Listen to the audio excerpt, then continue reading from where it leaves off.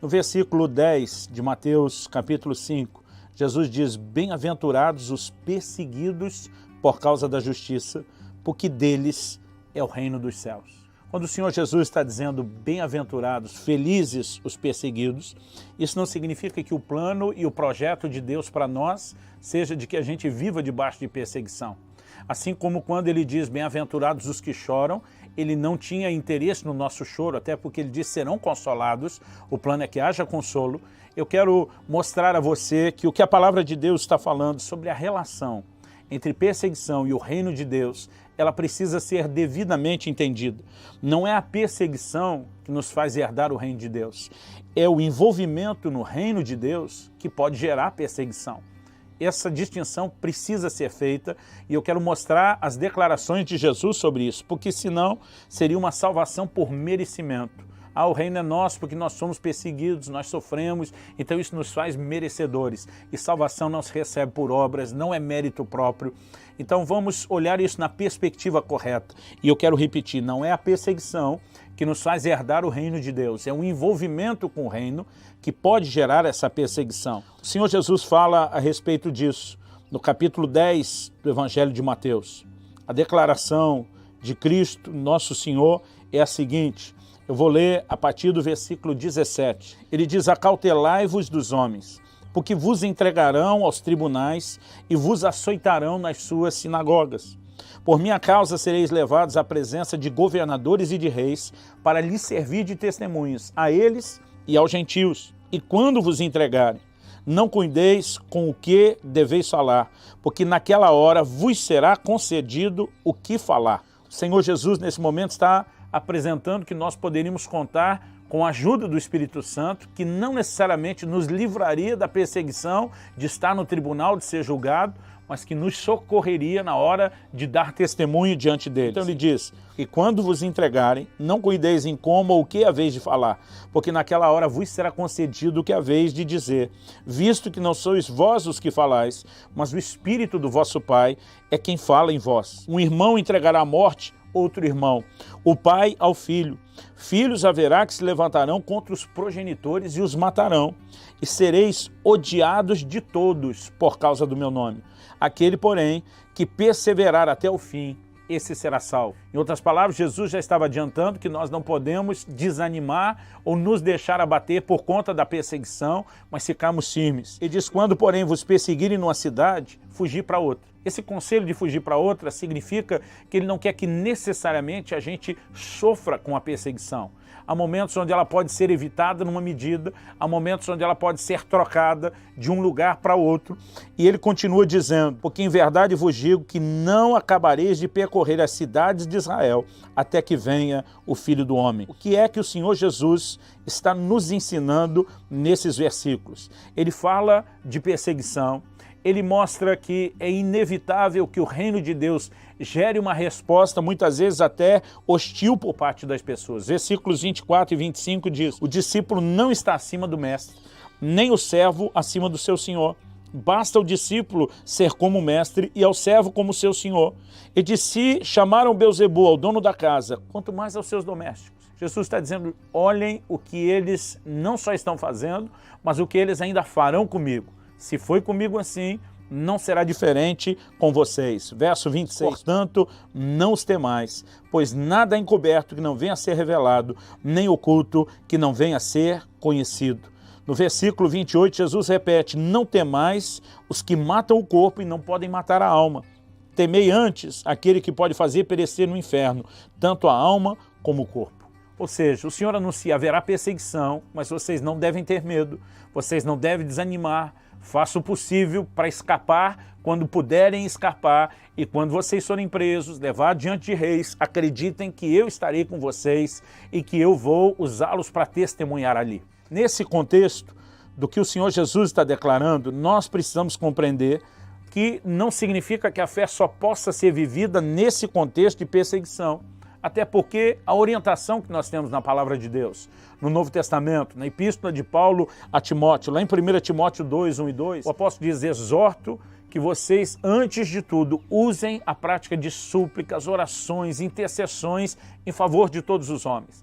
Ele não só nos mostra que oração é prioridade, mas ele fala da razão pela qual devemos orar. Ele diz pelos reis, pelos que se acham investidos de autoridade. O motivo é para que vocês tenham vida mansa e tranquila. Não faz sentido orar por uma vida mansa e tranquila se o projeto de Deus fosse simplesmente o que eu e você apenas vivêssemos a perseguição. O plano e o projeto de Deus não é a perseguição, ele pode envolver a perseguição.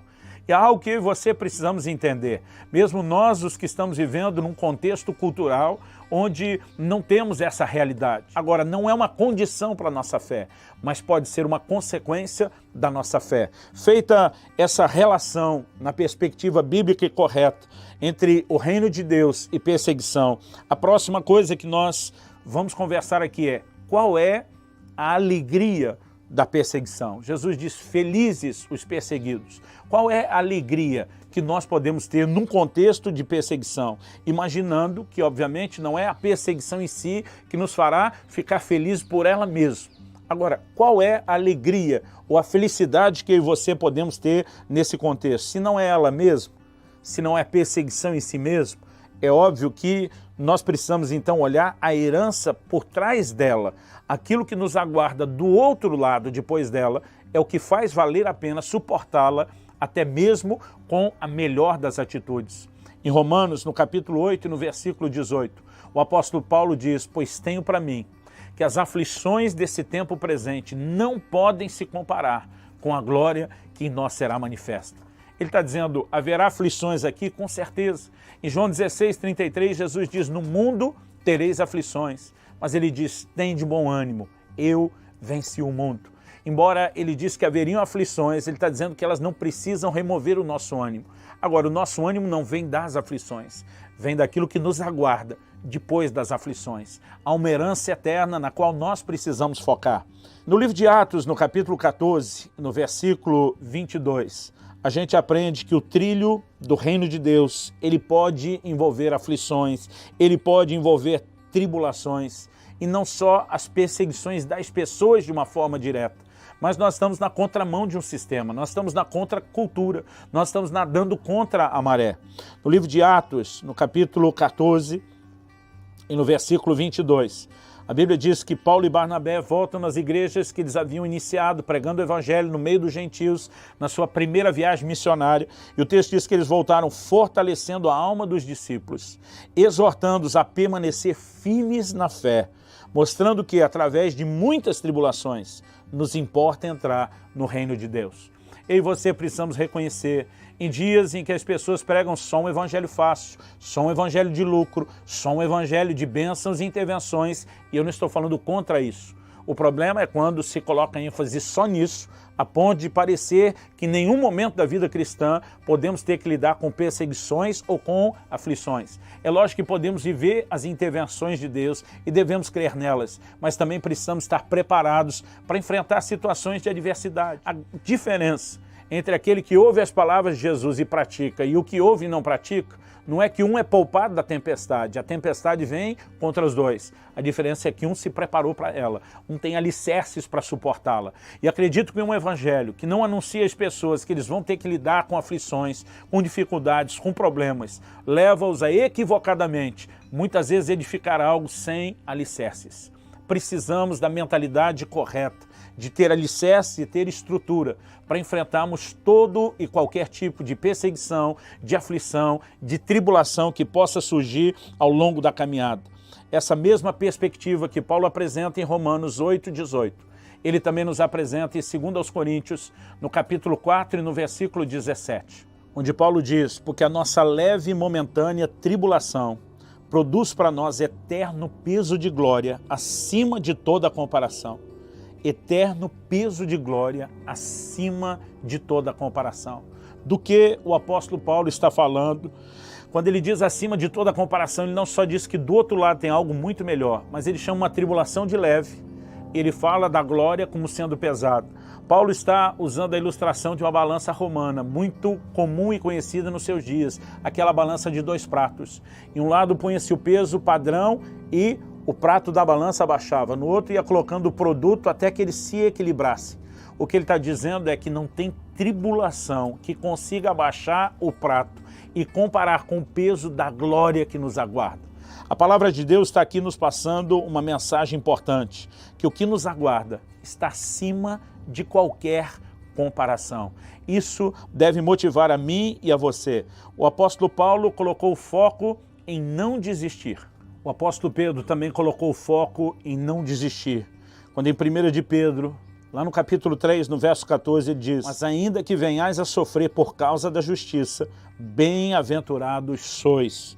Não vos amedronteis, portanto, com as suas ameaças, nem fiqueis alarmados. Assim como o Senhor Jesus disse, não temais. A mensagem de Pedro era a mesma. Não vos amedronteis, não os temais. Por quê? Nós somos bem-aventurados por conta daquilo que nos aguarda. Acredito que assim como Pedro e também Paulo focaram em não desistir, eu e você precisamos ter uma fé resistente, uma fé sobrevivente, uma fé que suporta qualquer tipo de coisa. Por quê? O que nos aguarda do lado de lá da linha de chegada faz valer a pena. E eu concluo falando das recompensas eternas. O próprio Jesus enfatizou essas recompensas eternas. Nós começamos citando a declaração dele em Mateus no capítulo 5, e nós vimos que o Senhor Jesus diz: bem-aventurados os perseguidos, porque deles é o reino dos céus. Mas os versículos 11 e 12 dizem assim: bem-aventurados sois, quando por minha causa vos injuriarem, vos perseguirem, mentindo, disserem todo mal contra vós. Regozijai-vos e exultai, porque grande é o vosso galardão nos céus. Ele não está dizendo exulte ou regozije pela perseguição, mas ele diz exulte e regozije pelo que te aguarda do lado de lá da perseguição. E diz, pois assim perseguiram os profetas que viveram antes de vós. Nós precisamos ter essa capacidade de focar naquilo que é eterno, naquilo que nos aguarda. Além da própria vida eterna, nós sabemos, além da salvação em si, que já valeria a pena, nós sabemos que há recompensas para a nossa conduta, para o nosso comportamento. Nós não seremos todos recompensados de forma igual. A salvação nos dá os mesmos direitos diante de Deus, mas galardão é diferente de salvação. A palavra de Deus nos diz que cada um será recompensado de acordo com as suas obras. A palavra de Deus diz em 1 Coríntios 3 que alguns vão ser salvos como que pelo fogo e não terão galardão. Então galardão e salvação são duas coisas diferentes. É possível alguém ter salvação sem ter galardão. É possível ter a salvação e junto o galardão, que significa recompensa. O livro de Hebreus nos diz, lá no capítulo 11, no versículo 35, depois de falar de gente que pela fé apagou a força do fogo, fechou a boca de leões, a Bíblia fala que alguns não aceitaram o seu livramento. Não aceitaram, quer dizer, eles teriam direito a ter o mesmo livramento que outros tiveram. Mas o texto está dizendo que eles não aceitaram o seu livramento, porque visavam, tinham foco, uma superior ressurreição. Os mártires, quando chegar o momento da ressurreição, eles não vão ter o mesmo nível de glória que outros que morreram de uma forma diferente. A palavra de Deus diz em 1 Coríntios 15, o capítulo da ressurreição, que há diferença não só entre o brilho do sol, da lua e das estrelas, mas até entre estrela e estrela a diferença de brilho. Quando chegar a hora da ressurreição, esses mártires que poderiam usar a fé e ter direito a um livramento e não quiseram, e fizeram isso por uma escolha, porque estavam de olho numa superior ressurreição, eles terão um diferente nível de glória. Eu me recordo que, alguns anos atrás, nós tivemos a notícia de como o Estado Islâmico executou alguns cristãos cóptas, a maioria do Egito. Me impressionou o posicionamento deles, que na hora da execução ainda oravam e ainda cantavam. Essa tem sido a forma como a igreja cristã tem escrito a sua história ao longo do tempo. Muitos deles, mesmo diante da morte, não se assustaram, não se amedrontaram, tiveram a capacidade de permanecer adorando a Deus, como os cristãos que eram queimados em Roma, até o momento em que as chamas chegavam muito perto, ou quando eram devorados pelos leões no Coliseu, dobravam os seus joelhos e adoravam a Deus, focando a recompensa eterna. Nós precisamos entender que cada um deles terá uma ressurreição diferenciada. Tudo aquilo que fazemos será honrado pelo Senhor. Então nós devemos exultar não pela perseguição em si, mas porque muitas vezes ela pode nos proporcionar um galardão ainda maior. E a certeza desse galardão, dessa grande recompensa, deve nos fazer ficar firmes na fé. eu quero trazer uma palavra ao seu coração. Não se deixe desanimar pelos problemas. Talvez não sejam perseguições como alguns cristãos sofrem em alguns lugares do mundo. Talvez seja o peso das aflições. Talvez seja só a oposição de amigos e família. Mas não desanime na sua fé. Fique firme. Porque quando você cruzar a linha de chegada, quando você finalmente terminar a carreira, terá valido a pena. Não desista, não se abata, não tenha medo. A sua fé tem uma grande recompensa, como diz o livro de Hebreus.